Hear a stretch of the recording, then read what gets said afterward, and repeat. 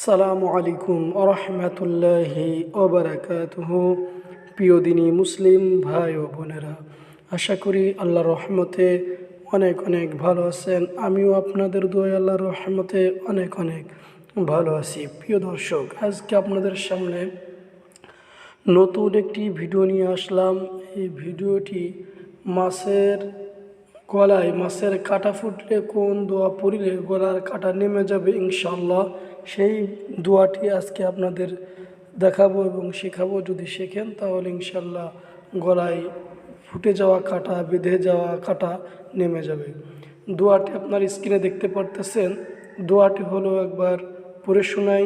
ফালাউলা ইদা বালাগাতিল হুলকুম, সূরা ওয়াকিয়া, আয়াত নম্বর 83, আরবিতে ফালাউলা ইদা বালাগাতিল হুলকুম।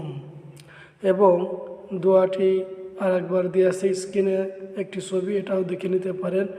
এই দোয়াটি মাছের কাঁটা যখন ফুটে যায় গলায়, বিসমিল্লাহ বলে দোয়াটি পড়বেন, আর গলায় হাত দিয়ে ডলতে থাকবেন নিচের দিকে, এরকম নামাজে থাকবেন হাত দিয়ে, তাহলে ইনশাল্লাহ গলার মাছের কাঁটা বেঁধে গেলে, ফুটে গেলে নেমে যাবে ইনশাল্লাহ। আর স্ক্রিনে দেওয়া লেখা আছে, লেখাটি পড়ে আপনার ফোন নাম্বারটা দিয়ে যাবেন। আপনাকে আমরা ফোন দিয়ে জেনে নেব আপনার সমস্যার কথাটি।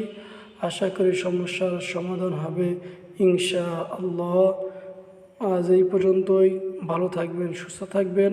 আল্লাহ হাফেজ।